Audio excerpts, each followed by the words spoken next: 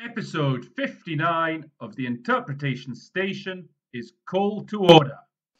Sorry, I had to improvise. I didn't have a proper gavel, but Roland insisted that I introduce the video in that way. So good morning, good afternoon, good evening, wherever you are, whenever you're watching this. Welcome to the Interpretation Station.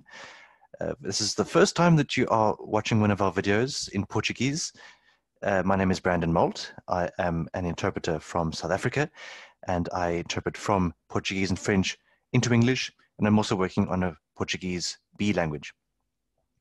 Today, we're going to be looking at a speech by the former Foreign Minister of Portugal, Teresa Ribeiro, and she gave the speech at the 40th Human Rights Council session in Geneva in 2019.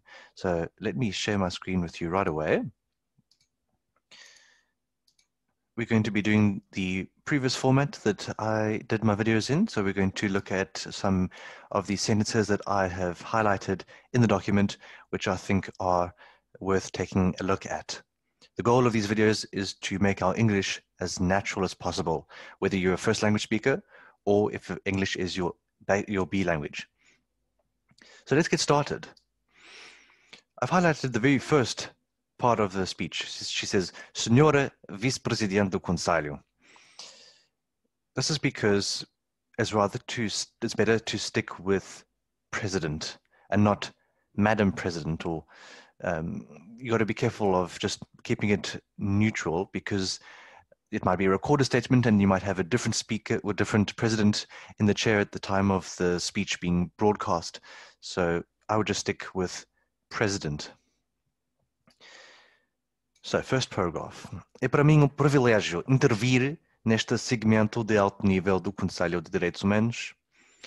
It is my great privilege to address this high-level segment of the Human Rights Council. Intervir, you may be tempted to say intervene in, but that is a contamination from the Portuguese. That's not good English. Then she speaks about the HRC as being a instância fundamental do sistema das Nações Unidas. Instância is a forum, so she's saying it is a fundamental forum in the United Nations system. And she goes on to speak about Portuguese and why she's speaking in Portuguese at the Human Rights Council, since it's not an official UN language. And she mentions the CPLP here, which is important. So let's take a look at what she says. I'm going to highlight the part there where she says, a CPLP, a organização que inscreveu o primado dos direitos humanos na sua declaração constitutiva e nos seus estatutos.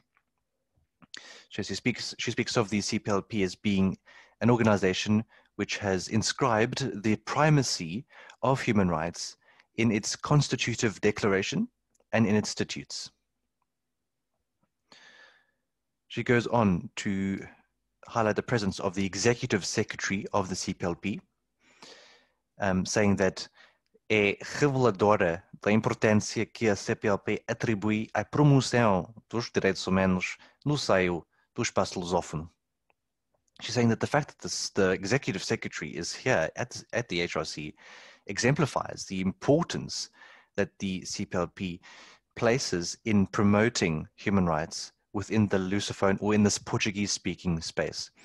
I've been told in the past that Lusophone or Lusophone is not, there's not real consensus around the use of the word, that maybe Portuguese-speaking is better, but that's something that you can research in your own time. I would probably just say Portuguese-speaking in any case. In this paragraph, she speaks about a couple of important milestones. So she talks about the 70th aniversário da Declaração Universal dos Direitos Humanos, the Universal Declaration of Human Rights, que coincidiu em Portugal com os 40 anos da adesão de Portugal à Convenção Europeia dos Direitos Humanos, which coincided in Portugal with the 40th anniversary of Portugal's accession to the European Convention on Human Rights. She says that organizamos ambicioso programa de comemorações destas efemérides sob o lema Livres e Iguais. She says that in this context, she says, we've organized an ambitious program of commemorations for these anniversaries under the slogan Free and Equal. It was a bit complicated there because she used comemorações e efemérides in the same sentence. But efemérides is anniversaries. Here she says, no âmbito das comemorações, entidades públicas e privadas mobilizaram-se para sensibilizar a população para a importância do respeito pelos direitos humanos. She says, within these commemorations, public and private entities have mobilized to raise awareness about the importance of respecting human rights. You could also say they've mobilized to sensitize people as to the importance of respecting human rights. I haven't highlighted it here, but a realização universal dos direitos humanos is the universal exercising or enjoyment of human rights. A bit later, if it gets repeated, and it probably will, you can say the realization of human rights, but I would prefer to take as much distance as possible from the Portuguese. And I've highlighted the end of this paragraph because she has said we have a long way to go in many different ways throughout the speech. And this is something that will probably come up in real life speeches, is you'll find people saying in various different ways that there's a long way to go. So let's look at what she said. O caminho a percorrer é ainda longo e novos desafios surgem perante nós. She's saying that the path is long and new challenges will arise, correction. Because she goes on to say that em muitas partes do mundo os direitos humanos são postos em causa, violados ou reprimidos. In many parts of the world, human rights are called into question, violated, or suppressed. Not repressed, suppressed. And here she's used the wonderful word defender, which is almost never defend, unless it's in a military sense. She says, Portugal mais do que nunca defende a importância de sistema multilateral de direitos humanos nas Nações Unidas forte, independente e eficaz. Portugal, more than ever before, upholds or stresses the importance of having a UN multilateral system of human rights, which is strong, independent, and effective. I struggled a bit there because it's quite a wordy ending to the sentence. There's a lot there.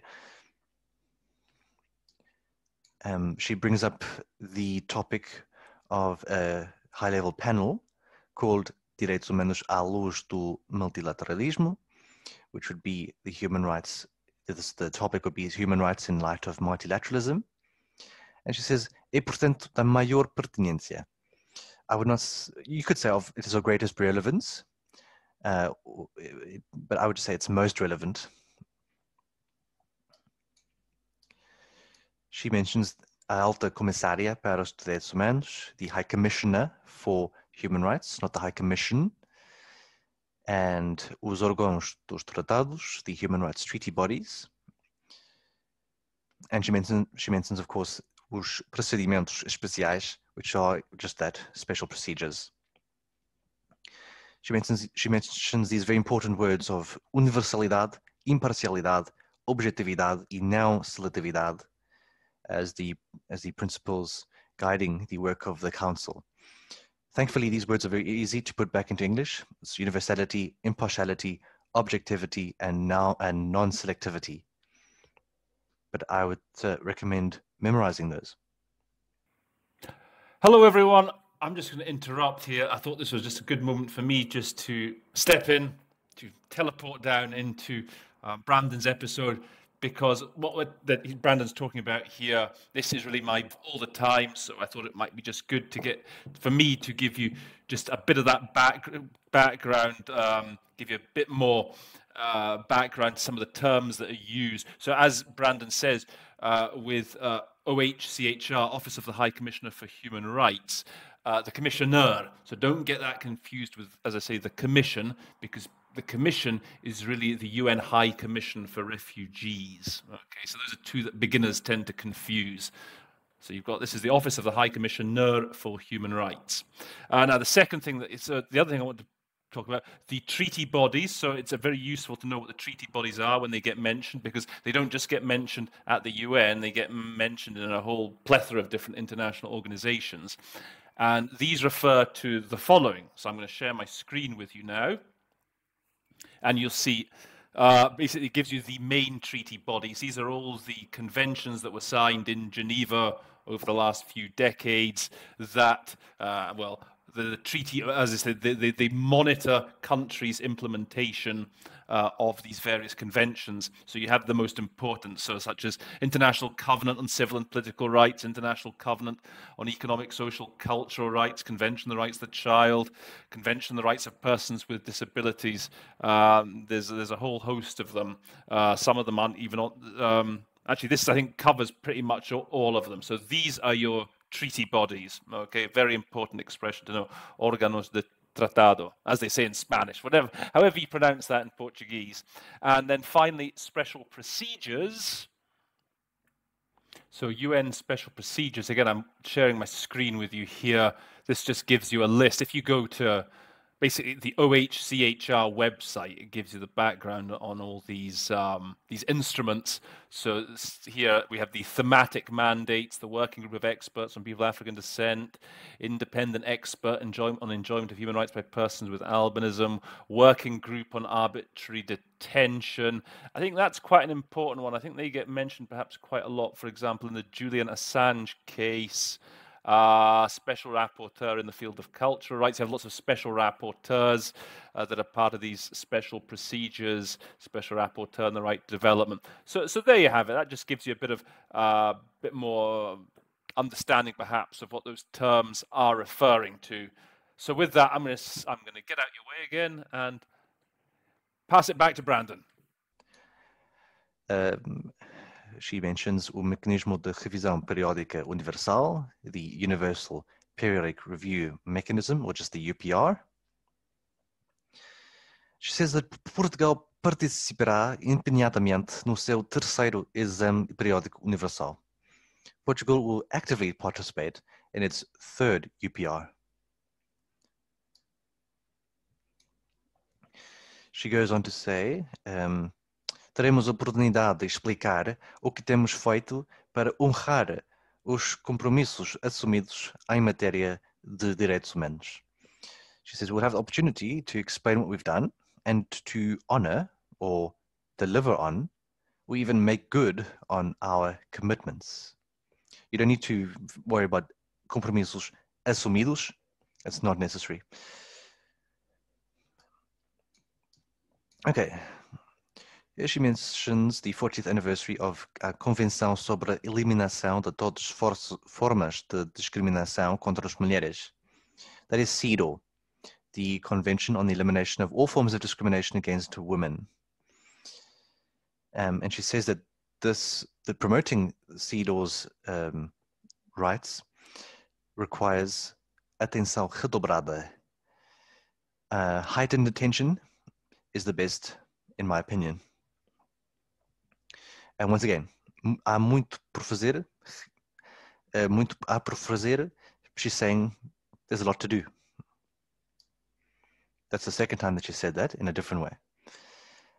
Another anniversary, the 30th anniversary of a Convenção dos Direitos da Criança, the CRC, the Convention on the Rights of the Child.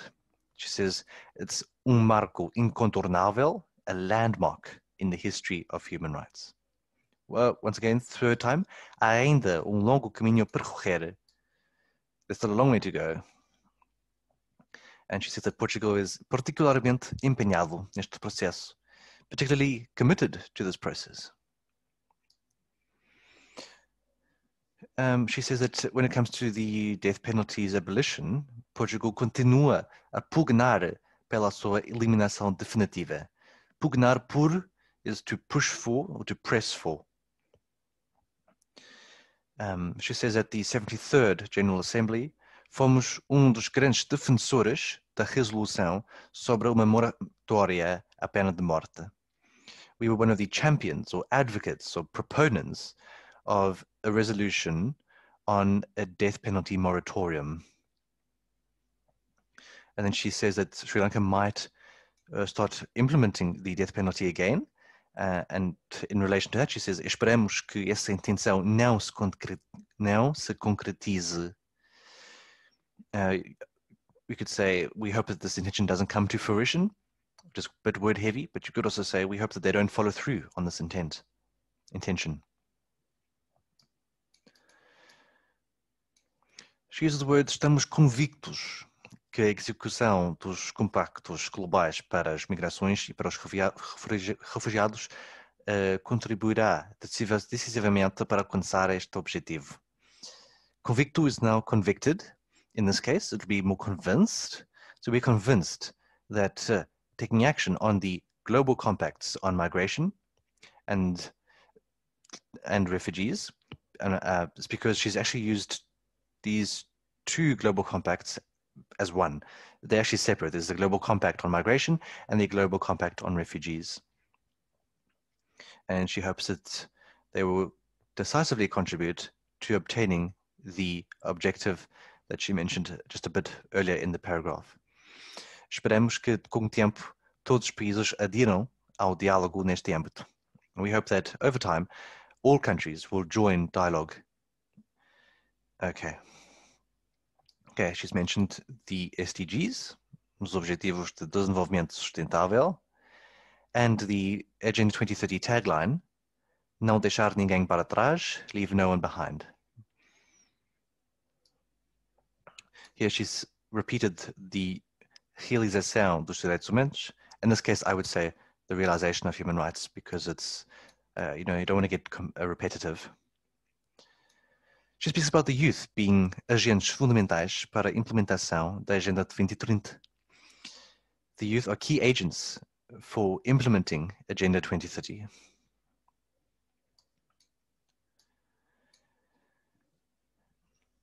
Okay, moving further down, she speaks about ministers of youth and the first meeting that they had, which led to the Declaração de Lisboa, que esteve na origem da consagração pela Assembleia Geral do Dia Internacional da Juventude.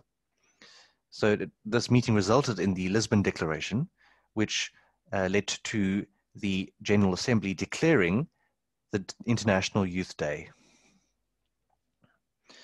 Volvidos 21 anos would be 20 years after the first conference. All right, and then she mentions here a couple of mechanisms. A plataforma global de apoio aos estudantes sírios is as it is, global platforms for Syrian students. And then o mecanismo de reação rápida para o ensino superior em situações de emergência.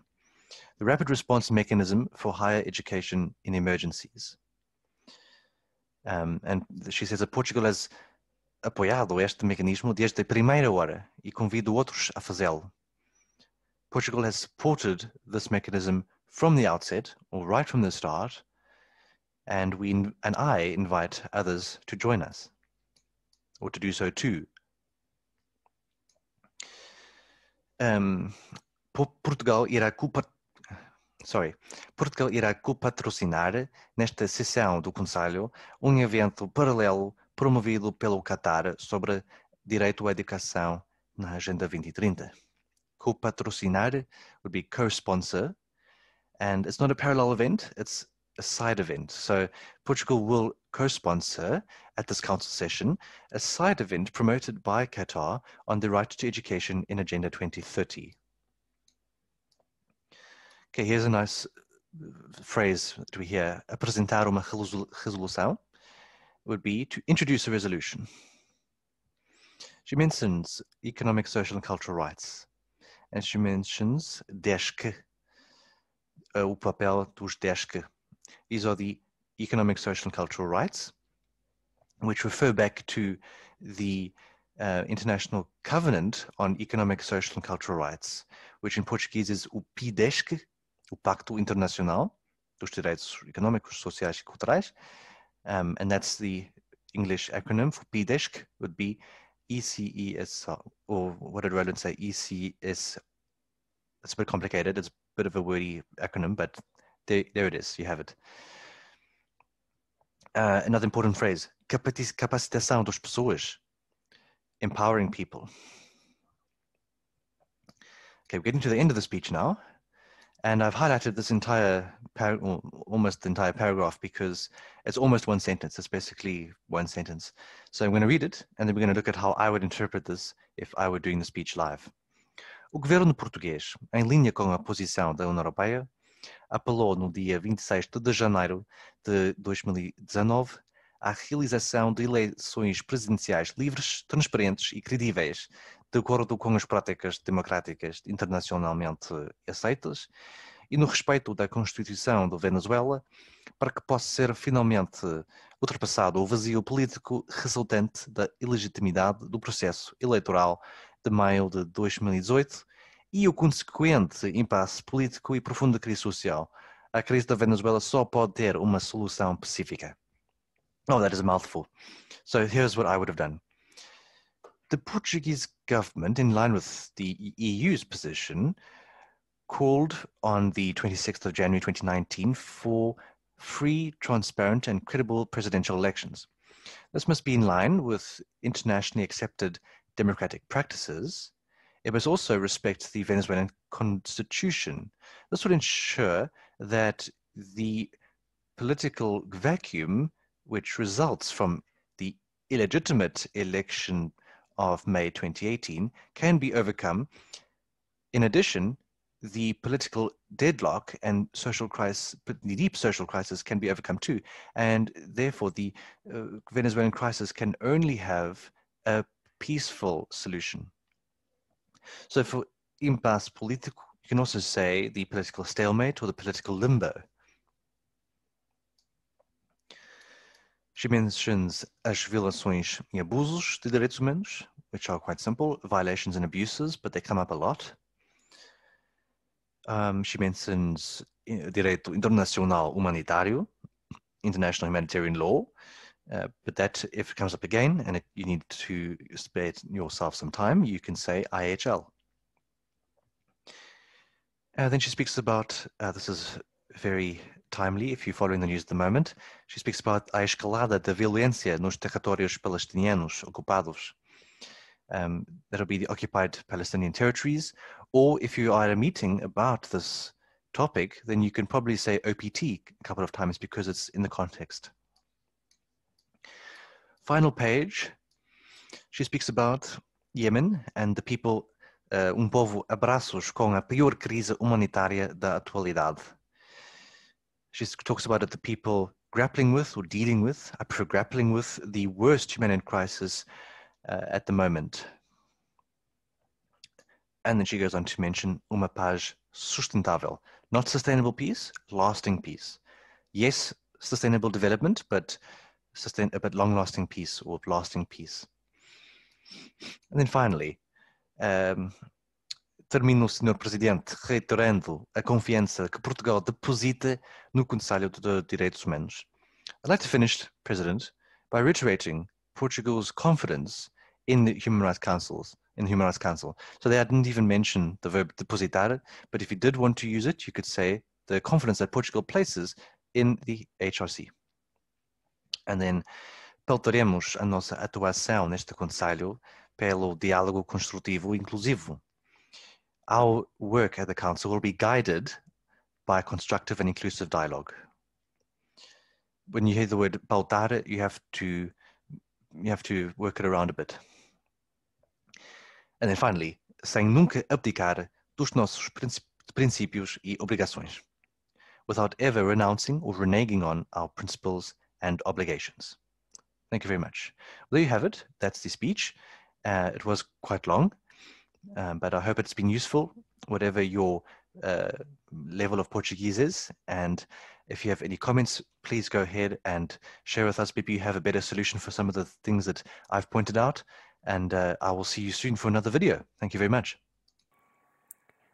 Thank you, Brandon. Episode 59 of the Interpretation Station is adjourned.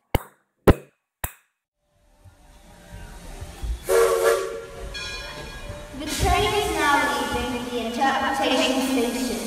We hope you enjoyed your visit and Until next time.